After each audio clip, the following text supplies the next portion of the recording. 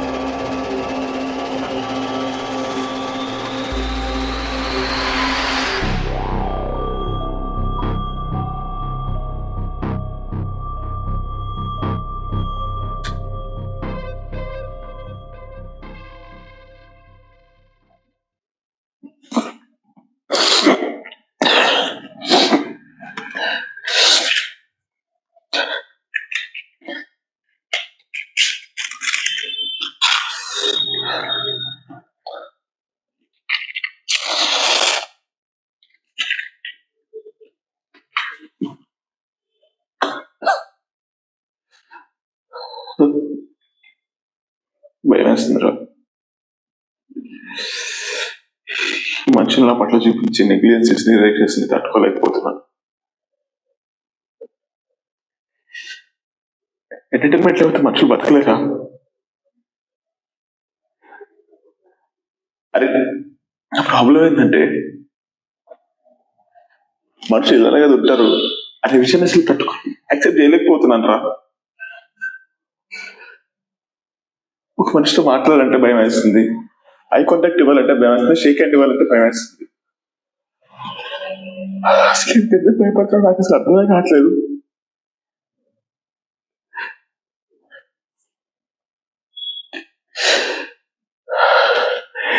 ఈ ఇన్సెక్యూరిటీలు, ఈ ఇన్ఫీరియారిటీ, ఈ ఫ్రస్ట్రేషన్, ఈ పెయిన్, వీటన్నిటి దూరంగా వారిపోయి హ్యాపీ సోల్లో బతకాలని నాకు.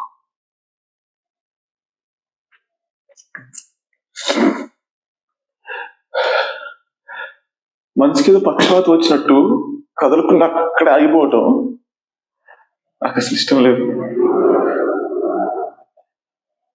కానీ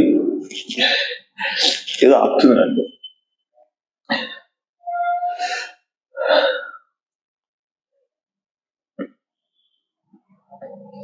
చిన్నప్పుడు నన్ను గుర్తు చేసుకుందాం అంటే ఒక హ్యాపీ మూమెంట్ ఉంటుంది నా లైఫ్ లో జరిగిన ట్రాజడీస్ అన్ని గుర్తుంది.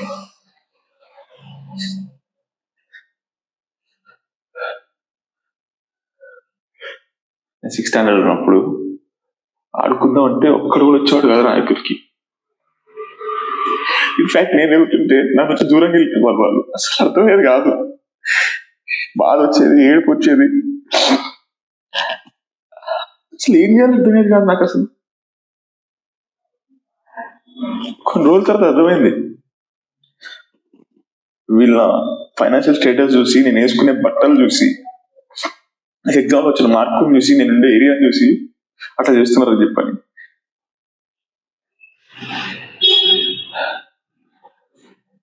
కానీ అది వాళ్ళ తప్పు కూడా కాదు. ఇలాంటి వాళ్ళతోనే మాట్లాడండి, ఇలాంటి వాళ్ళతోనే ఫ్రెండ్షిప్ చేయండి అని చెప్పి నూరు పోస్తారు చూసావా, టిపికల్ ఇండియన్ పేరెంట్స్. వాళ్ళ తప్పు.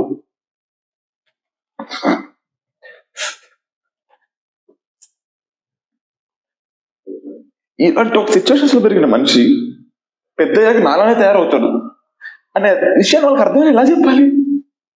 ఏం చెప్పి మార్చాలి వాళ్ళని? అరే ప్రతి ఒక్క కిడ్తో కైండ్ గా ఉండని చెప్పి ఎందుకు చెప్తారు ఈ పేరెంట్స్?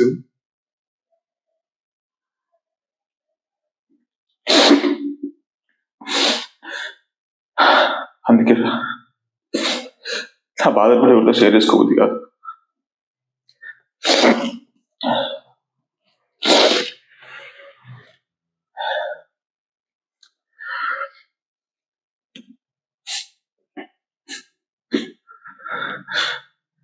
నా లైఫ్ లో నాతో ఏ ప్రాబ్లం లేకుండా ఆడుకున్న ఒకే ఒక్క పర్సన్ మా అక్క. కానీ నేను 10th క్లాస్ లో చదివేటప్పుడు ఆమె ఒకరు పెళ్లి చేసి పంపించేశారు. చిన్న ఒకే ఒక్క హ్యాపీనెస్ ని నాకు దూరం చేశారు.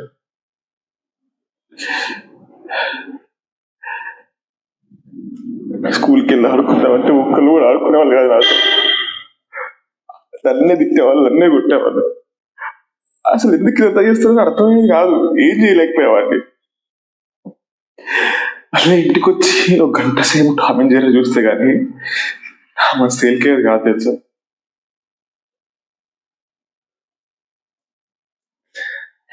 ఏడుస్తుంటే ఎందుకు ఏడుస్తున్నావు అని చెప్పి అమ్మ అడుగుతుందేమో అని చెప్పని బయటకు వెళ్ళి కన్నీళ్ళు తుడుచుకోవచ్చు ఇంట్లోకి వచ్చేవాడు.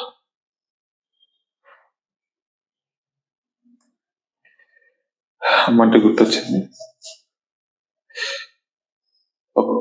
ఇంటర్మీడియట్ లో ఉన్నప్పుడు మావయ్యకి ఒకసారి వెళ్తే, నువ్వు అసలు నా అక్కవే కాదు అది ఇది అని చెప్పి నోటికి వచ్చినట్టు మాట్లాడాడు అమ్మని.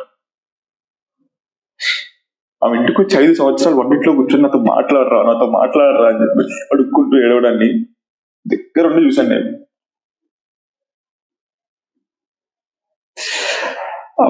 మన ఫైనాన్షియల్ సిచ్యువేషన్స్ బాగాలేవు మా, అందుకే అందరిట్లో మనం చూస్తారని చెప్పి ఆమెకు అర్థమైంది. ఎలా చెప్పాలి?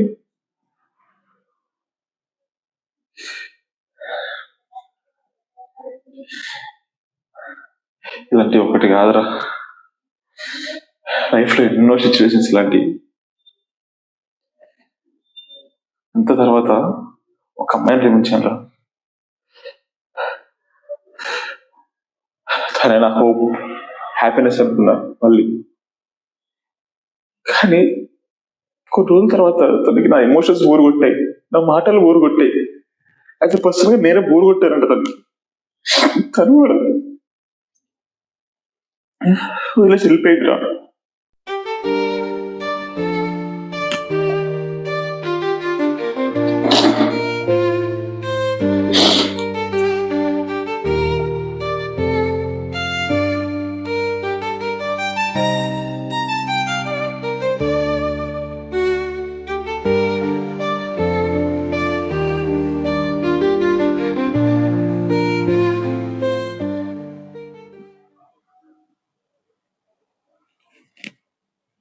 ఏమైంది కార్తిక్?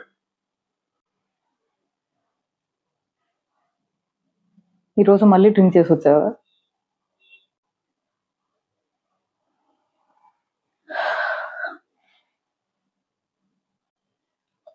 అసలేం మాట్లాడవేంటి కార్తిక్? అసలేం చెప్పట్లేదు, ఏం షేర్ చేసుకోవట్లేదు, అడిగినా ఏం మాట్లాడవు నువ్వు.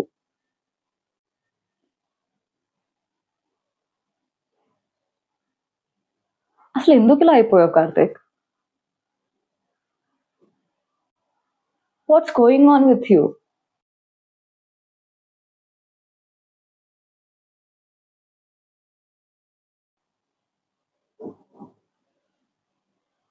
If there is any problem, if you are going through something, share it with me, kada. I'll try to understand and let's solve things together.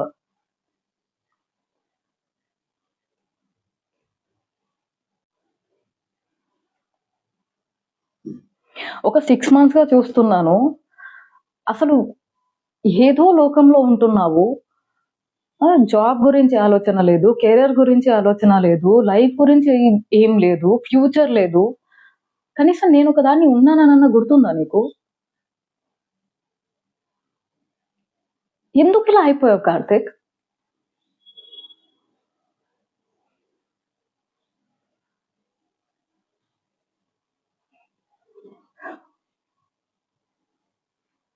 అసలు లవ్ చేసుకునేటప్పుడు ఎలా ఉన్నాం మనం స్టార్టింగ్ లో?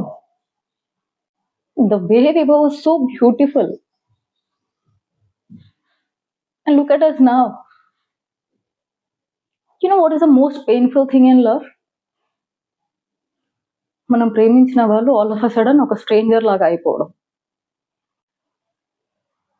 Just like you. అసలు I don't think I know you anymore. The one I love and the one who is with me right now, I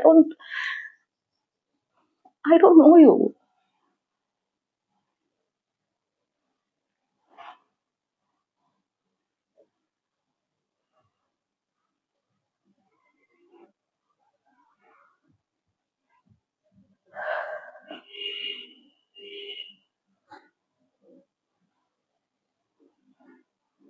Karthik, wake up. ఎక్కడున్నావు? This is not your fantasy world, Karthik. This is real world. ఎప్పుడు ఏదో space అని, stars అని, planets అనుకుంటూ, galaxies అనుకుంటూ, aliens అంటావు. అసలు మనం ఎందుకు మనుషుల్లో పుట్టామంటావు? అసలు ప్రపంచంలో ఉన్న క్వశ్చన్స్ అన్ని నీ దగ్గరే ఉన్నట్టు బిహేవ్ చేస్తా. సైంటిస్టులు కూడా ఇలా ఉండరేమో.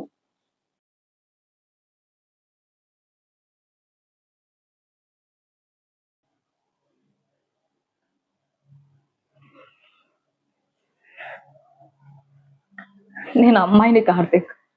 నాకు ఇంట్లో రెస్ట్రిక్షన్స్ ఉంటాయి. పెళ్ళి పెళ్ళి పెళ్ళి అని నా వెనక పడుతున్నారు ఇంట్లో వాళ్ళు. I thought in few days I take you to my home and introduce చేద్దాము అని అనుకున్నాను. But look at you.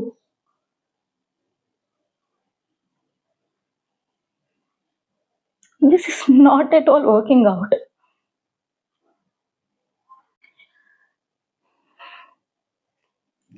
నువ్వు నాకు వద్దు Karthik. I have decided this for my own good. I can't do this anymore. I really can't.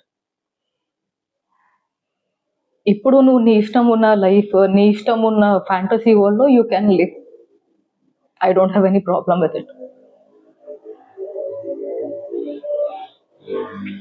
And because of what you have become and what the way you're treating me, I don't know where I stand in your life anymore. And I don't even understand what's going on in my life.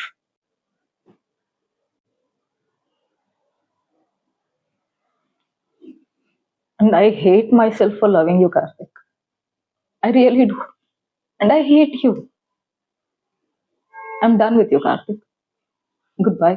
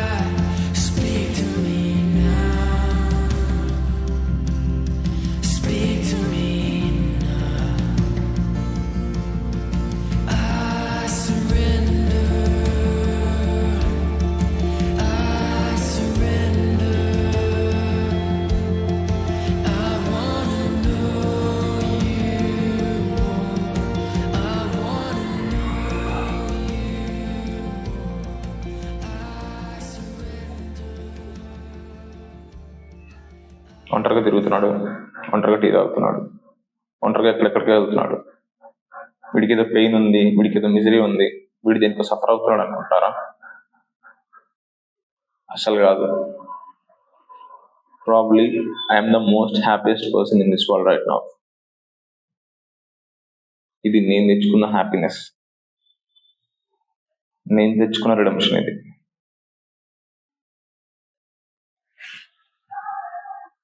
Hitler చనిపోయినాక German ఎంత హ్యాపీగా ఉందో, independence వచ్చినాక Indians ఎంత హ్యాపీగా ఉన్నారో, ఇప్పుడు నేను అంతే హ్యాపీగా ఉన్నా. దీన్ని బట్టి మీకు విశ్వాసం ఉండొచ్చు. హిట్లర్ తర్వాత జర్మన్స్ అని మెన్షన్ చేశాం, ఇండిపెండెన్స్ తర్వాత ఇండియన్స్. అంటే దాని అర్థం, before this there is a battle happened inside me. ఎంత పెద్ద డ్యామేజ్ జరిగితే అంత గొప్ప రిడమ్షన్. ఆయన friends, family, job, career, girlfriend, వీటి కోసమే మీరు బతకాలి, వీటిలోనే మీరు హ్యాపీనెస్ ఎత్తుకోవాలంటే నేను నమ్మను. లైఫ్ అనేది సోలో జర్నీ అనే దాన్ని మాత్రం నేను నమ్ముతాను. ఇప్పటి వరకు నన్ను హ్యాపీగా ఉంచాలని ఒక్కళ్ళు కూడా ట్రై చేయలేదు. అందుకే నా హ్యాపీనెస్ నేనే ఎత్తుకున్నాను. దానికి కావాల్సిన ప్రతి కారణాన్ని నాకు నేనే చెప్పుకున్నాను. అయినా ఒంటరితనాన్ని ఎందుకు ఒక టబులో చూస్తారు? ఎవడైనా ఒకడు ఒంటరిగా ఉంటే వాడికి ఏదో పిచ్చి పట్టింది, వాడు అందుకే ఎవరితో మాట్లాడుకుని అలా తిరుగుతాడు అని అంటారు. ఎందుకు?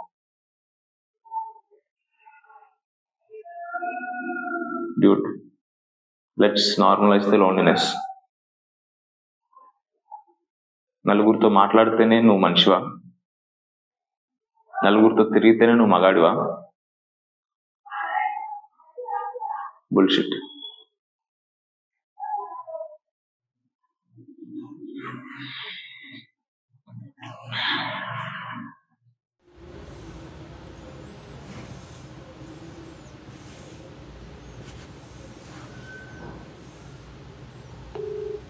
The number you have dialed is currently busy.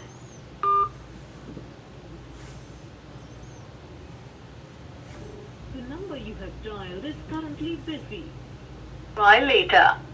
మీరు డయల్ చేస్తున్న నంబర్ ప్రస్తుతం బిజీగా ఉంది. దయచేసి కొంత సమయం తరువాత మళ్ళీ ప్రయత్నించండి. आपके द्वारा डायल किया गया नंबर अभी व्यस्त है. कृपया कुछ समय पश्चात प्रयास करें.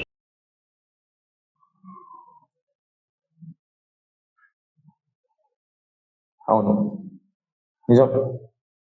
నలుగురితో మాట్లాడితేనే నీ వే ఆఫ్ లివింగ్ కరెక్ట్ గా ఫంక్షన్ అవుతుంది అంటే ఐ వుంట్ అగ్రీ. అందరినీ కాదని నువ్వు లోన్లీగా ఉండడం తప్పేం కాదు, కానీ ఆ లోన్లీనెస్ లో నువ్వు హ్యాపీగా ఉంటున్నావా, బాధపడుతున్నావా అనేదే మ్యాటర్. ప్రపంచాన్ని కాదని ఒంటరిగా ఉన్నప్పుడు దాని నుంచి వచ్చే కాన్సిక్వెన్సెస్ కూడా నువ్వు ఫేస్ చేయగలగాలి. అంతేగాని you can't blame the world. నా మాటలకి రెస్పెక్ట్ ఇవ్వట్లేదు, నాకు అటెన్షన్ ఇవ్వట్లేదు అని. ప్రపంచం ఎప్పుడు హార్ష్ గా, వైలెంట్ గానే ఉంటుంది. దాన్ని మార్చాలనుకుంటే ఆ ప్రాసెస్ లో నువ్వు కూడా హార్ష్ గా, వైలెంట్ గా మారిపోతావు. Insecurity, inferiority, depression, frustration, pain ఇవన్నీ అప్పుడే వస్తాయి. ఒకప్పుడు సిటీలో అయితే నడుస్తుంటే నాకు తెలిసింది, మనిషి నడవడానికి కూడా చెట్లు మంది పాపులేషన్ ఉన్నారు. పెద్ద పెద్ద కార్లు మీద మీదకి వస్తుంటే చిరాకేసేది. ఏంట్రా ఈ కార్లు, ఎవరికి నడవడం ఇష్టం లేదా అనిపించేది. ఒక రాయి తీసుకెళ్లి కార్ దంబాలు కొట్టాలంత ఫ్రస్ట్రేషన్ వచ్చేది. సోషల్ మీడియా అది ఓపెన్ చేస్తే అసలు హ్యుమానిటీ అనేది ఉందా లేదా అని అర్థం కాదు. ఈ డిజిటల్ రెవల్యూషన్ అవ్వకముందు మనుషులు చాలా హ్యాపీగా ఉండేవాళ్ళు, ఎక్కువ కమ్యూనికేషన్ ఉండేది. ఈ హ్యాపీనెస్, పాజిటివిటీ ఇవన్నీ ఒక టర్మరిక్ పౌడర్ లో స్ప్రెడ్ అయ్యాయి. కానీ ఇప్పుడు ప్రతి ఒక్కరు ఇంటెలెక్చువల్ అయిపోయాడు. జనాలు పొయిటిక్ గా బతకడం మానేశారు, ఒక ఆర్ట్కి వాల్యూ ఇవ్వడం మానేశారు, ఒక ఆర్టిస్ట్కి రెస్పెక్ట్ ఇవ్వడం మానేశారు, ఆర్ట్కు దూరం అయ్యారు. ఇవన్నీ కోల్పోయి ఇంటర్నల్ గా నువ్వు హ్యాపీగా లేకుండా ఏదో ఎక్స్టర్నల్ ఫోర్స్ వచ్చి నన్ను మిజరీలోకి తీసుకెళ్తుంది, నేను ఆ పెయిన్ భరించలేనంటే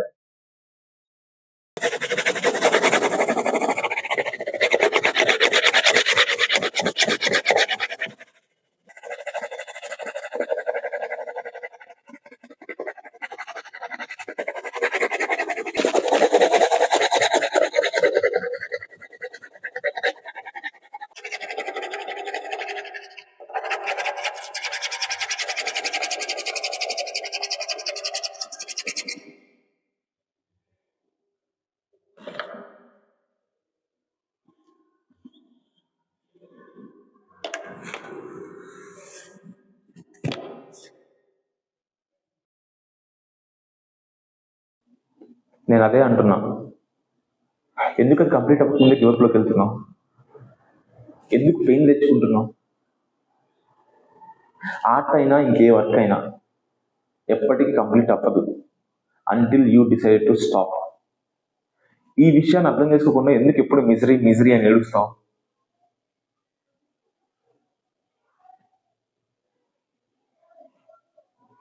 సరే, ఒక కథ చెప్తా విను. ఒక అమ్మాయి ఉంది. అమ్మాయికి పిల్లలు అంటే చాలా ఇష్టం. కానీ పెళ్ళైన తర్వాత తనకు పిల్లలు పుట్టలేదు. ఎప్పటికైనా పుడతారని ఒక హోప్తో ఉంది. 10 years తర్వాత ఒక పిల్లగాడు పుట్టాడు, కానీ వెంటనే చనిపోయాడు. ఏడ్చింది, చాలా ఏడ్చింది. ఊరంతా తిరిగి ప్రతి ఒక్కరిని అడిగింది, నా బిడ్డను బ్రతికించండి బ్రతికించండి అని. కానీ అందరూ అది అసాధ్యం అని చెప్పారు. తను అస్సలు వినలేదు. ఆ బిడ్డను తీసుకొని బుద్ధుడి దగ్గరికి వెళ్ళింది. నా బిడ్డను బ్రతికించండి అని అడిగింది. బుద్ధుడు నీ బిడ్డను బ్రతికిస్తా అని చెప్పాడు, కానీ తను చెప్పిన పని చేయాలన్నాడు. తను చేస్తా అంది. ఆ ఊర్లో ఉన్న ప్రతి ఒక్క ఇంటికి వెళ్ళి ఏ ఒక్క వ్యక్తి చనిపోకుండా వెళ్ళి ఉందా, అది తాత ముత్తాతల్లో అని కనుక్కొని ఆ ఇంట్లోంచి విత్తనం తీసుకొని రమ్మని చెప్పాడు. బుద్ధుడు చెప్పినట్టుగా తను వెళ్ళింది. ప్రతి ఒక్క ఇల్లు తిరిగింది, కానీ బుద్ధుడు చెప్పినట్టు ఏ ఇల్లు కనపడలేదు. అదే విషయం తీసుకొచ్చి బుద్ధుడికి చెప్పింది. అప్పుడు బుద్ధుడు, వాళ్ళందరూ ఎందుకు ఏడవట్లేదు, మరి నువ్వు ఎందుకు ఏడుస్తున్నావు అని అడిగాడు. దెన్ షీ రియలైజ్డ్, నా బిడ్డ చనిపోయాడు, ఇప్పుడు మళ్ళీ తిరిగి రాడు అని. And she stop crying for ever. That is what art of acceptance and understanding of life. God, religion, caste, money, ethics, traditions, cultural beliefs, belief systems, money, love, sex and cravings, అన్నిటిని దాటి చూడు. Then you'll turn to be a complete spiritual man and a happy soul. I repeat, a complete spiritual man and a happy soul.